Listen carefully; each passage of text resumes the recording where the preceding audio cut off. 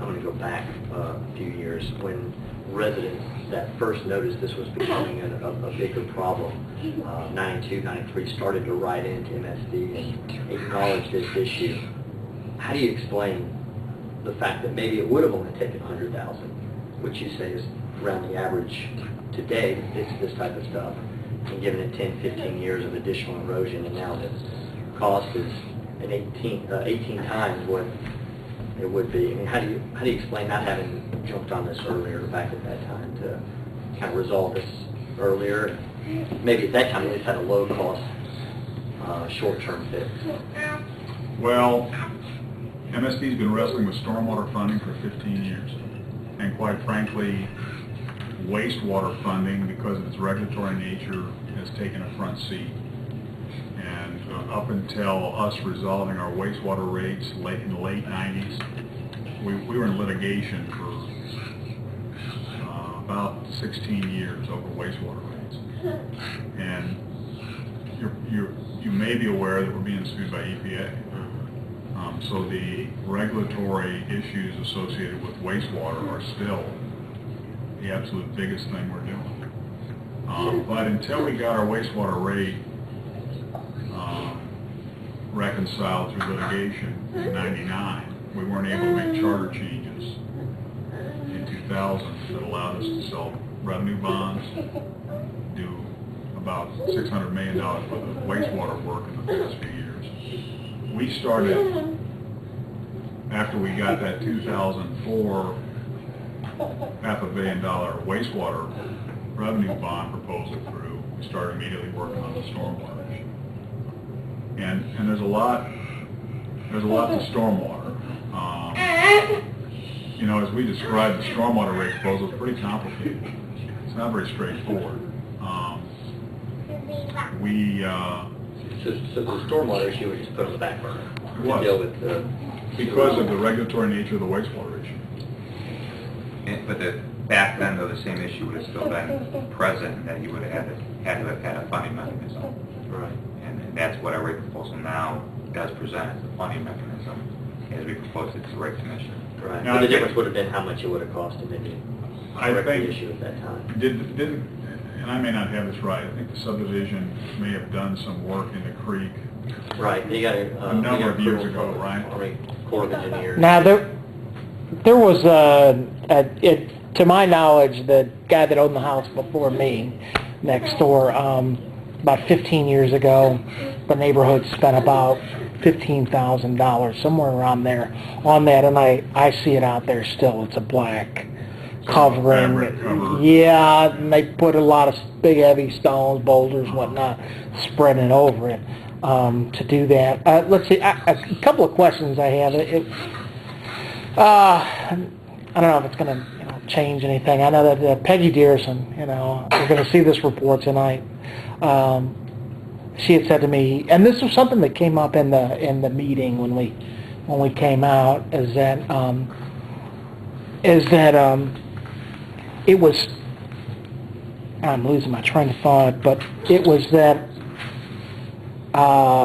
we should have known, or there should have been a clause in our paperwork, in our closing paperwork, about knowledge of the creek and back, and that there's an erosion issue or whatnot, and she said that issue was discussed with you guys. Do you know what I'm saying? What we know, in 1986, when this subdivision was platted and the developer built it, or started building it, got it permitted, the county made the requirement that your indentures have a provision for subdivision assessments to take care of maintenance of the creek.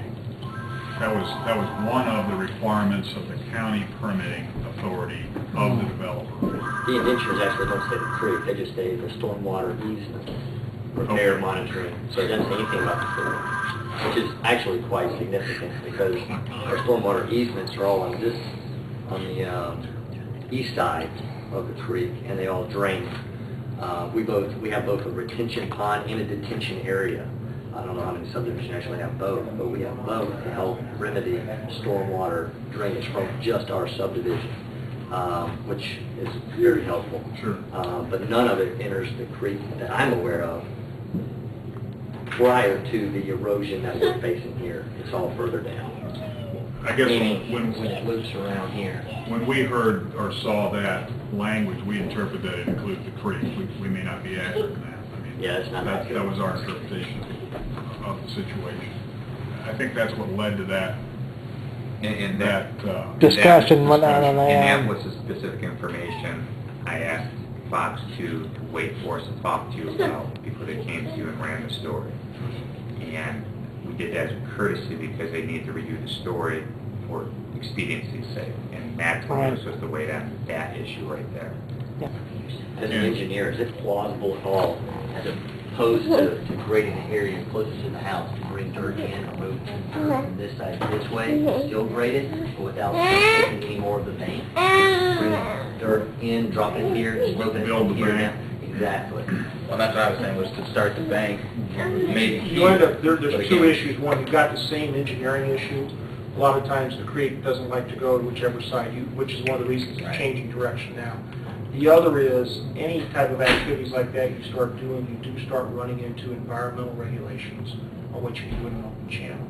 I will tell you that general thing, the one thing that's really frowned upon is moving dirt into straight channels, which is essentially what you do here. Right. The channel is doing this because it needs to. And I will just tell you, it's not something that necessarily can't be done, but there are a lot of hoops to go through, and I would think it'd be very, very difficult if that would ever be a solution. Think of it in terms maybe as almost what we're proposing is a jujitsu move in terms of we're just diverting it. falling with it. Yeah. Right. And the trouble is, it is an unknown what happens downstream if you do that. That problem may remanifest itself next to another subdivision somewhere downstream.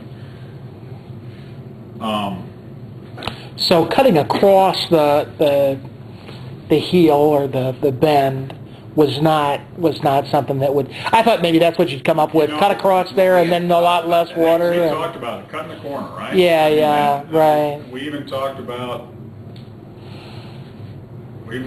a lake. Now that ends up not working either for several reasons, but that was a conversation of about 6 weeks ago. How do we cut this corner off? Right. Just in general, what happened, there's a lot of technical pieces. The piece that's a little untechnical is the shorter the water gets to travel, the less time it has to disperse energy. And one, there's an environmental regulation against doing that. And two, just what I said, it's doing what it's doing now. If you shorten it and give it more energy, it's going to do something more. Right. You see the concrete channeling on Fishpot Creek? Yes. It's not allowed anymore. That's why you do the biostabilization. Yeah, if this were the 60s, Is it legally not allowed? Or is it just not a chosen method? No, it's- You have to prove that it is the last only thing that you can do. Yeah, if we just go up a mile or two up the road, you know, They it's intentionally they have it said, beautifully. if this was the 60s or the 70s, we'd Landscape. be talking about a concrete vertical wall with fencing. Yeah.